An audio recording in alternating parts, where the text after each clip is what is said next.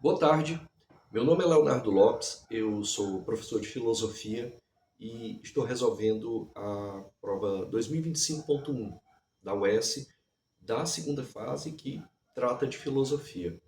Essas resoluções são em vista de uma preparação para quem vai fazer essa próxima prova 2026.1, na específica de filosofia. Então, essa prova aqui, que é o vestibular 2025.1, ela foi aplicada no dia 16 de dezembro do ano passado e o gabarito dela é o gabarito de número 1.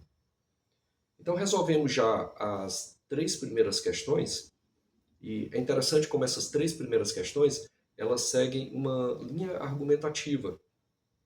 Elas, em geral, estão falando de situações e povos ameríndios ou da região das Américas. A primeira fala de um frei dominicano que, em seu sermão, exorta os fiéis, no caso espanhóis, a repensarem suas atitudes agressivas para com povos ameríndios e perceberem a sua injustiça cometida. A segunda questão é um sermão do padre Antônio Vieira, que fala sobre a desigualdade dos homens. E a terceira questão, ela vai tratar também de um contexto que está ligado aos povos ameríndios. Então, vou passar aqui para a leitura da questão. Ela é uma questão com texto um pouco mais extenso. Diz assim, eu vou passar diretamente para a leitura da questão. Então, o filósofo argentino Henrique Dussel, falecido em 2023, cita em um de seus livros a resposta reelaborada naturalmente no século XVI do governante Inca, Atahualpa ou Ataliba.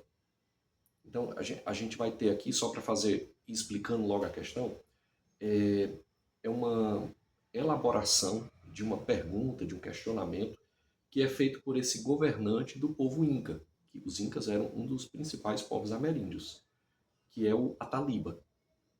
Ele faz essas indagações à exposição pelo padre Valverde do cristianismo, e que trata, está na questão da suposta doação daquelas terras de seu império à coroa espanhola pelo Papa.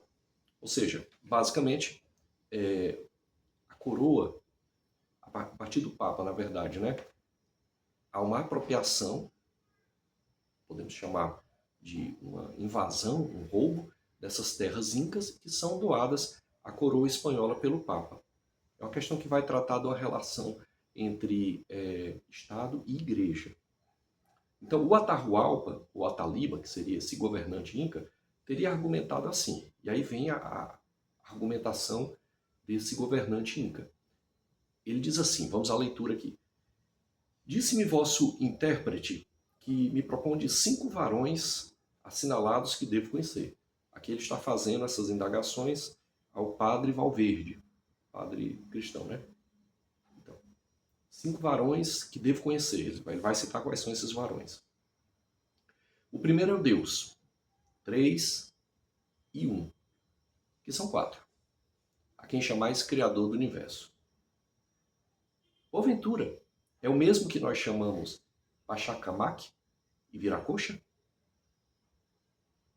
O segundo é Adão, o que diz que é pai de todos os outros homens, de quem todos eles receberam seus pecados.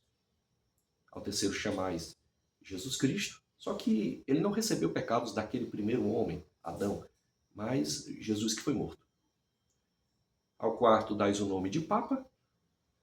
O quinto é o rei Carlos V, a quem, sem levar os outros em conta, chamais poderosíssimo e monarca do universo supremo de todos. Percebo aqui uma ironia muito forte do Ataliba, né, desse governante inca.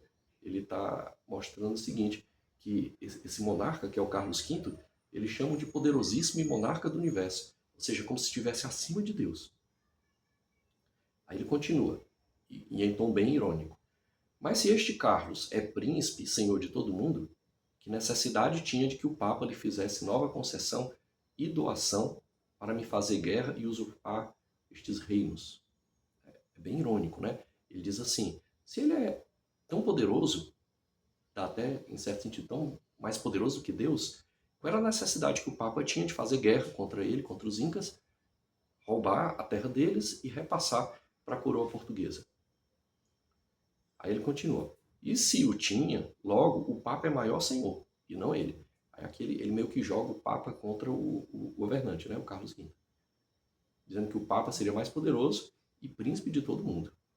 Ele cria até uma relação de instabilidade diplomática, digamos assim, né, nos dias de hoje falaremos assim, entre o Papa, o clero e o governante absolutista, que seria o Carlos V.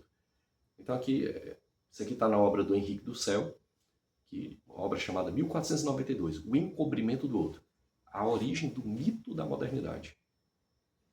Então, a argumentação de Atahualpa pretende mostrar que a exposição que ouvira do padre sobre os poderes do rei Carlos V é de um ponto de vista lógico. Então, qual seria, né? Como é que o Atahualpa ouviu falar dessas 5 pessoas, né? Deus, Jesus, o Papa, o rei Carlos V, ele ouviu falar de todas essas, né? E ele, que é esse governante inca, ele faz uma ironia muito grande com relação ao Carlos V, tenta até fazer uma relação aqui entre com o monarca, com o Papa, né? Uma relação entre Estado e Igreja aqui, que seria complicada. Né? E ele diz, se ele é senhor tão poderoso, esse Carlos V, por que o Papa teve essa necessidade de fazer guerra contra mim, o meu reino, os Incas, tirar nosso território e repassar para a coroa portuguesa? Então, de um ponto de vista lógico, como é que é esse discurso do Atahualpa? Ele é coerente? Coerente com relação ao que ouvira do padre? Não. Ele vai dizer, há uma incoerência, ele vai dizer aquilo que o padre me falou, o que eu percebo é incoerente. Por isso que em momentos ele diz, esse rei parece que é maior do que Deus. Ou, qual é a necessidade do Papa de repassar as terras se o outro já é tão poderoso?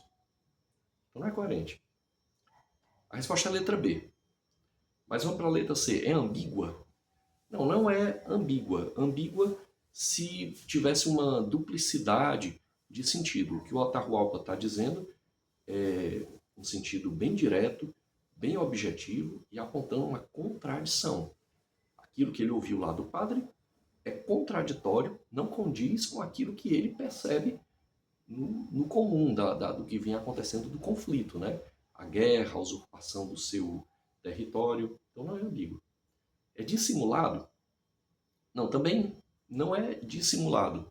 Seria dissimulado se ele percebesse ou intenções outras, escondidas, do padre lá, quando falou para ele, e não é isso, a fala do padre para ele, dessas 5 pessoas, é bastante clara, embora ele perceba que é contraditória.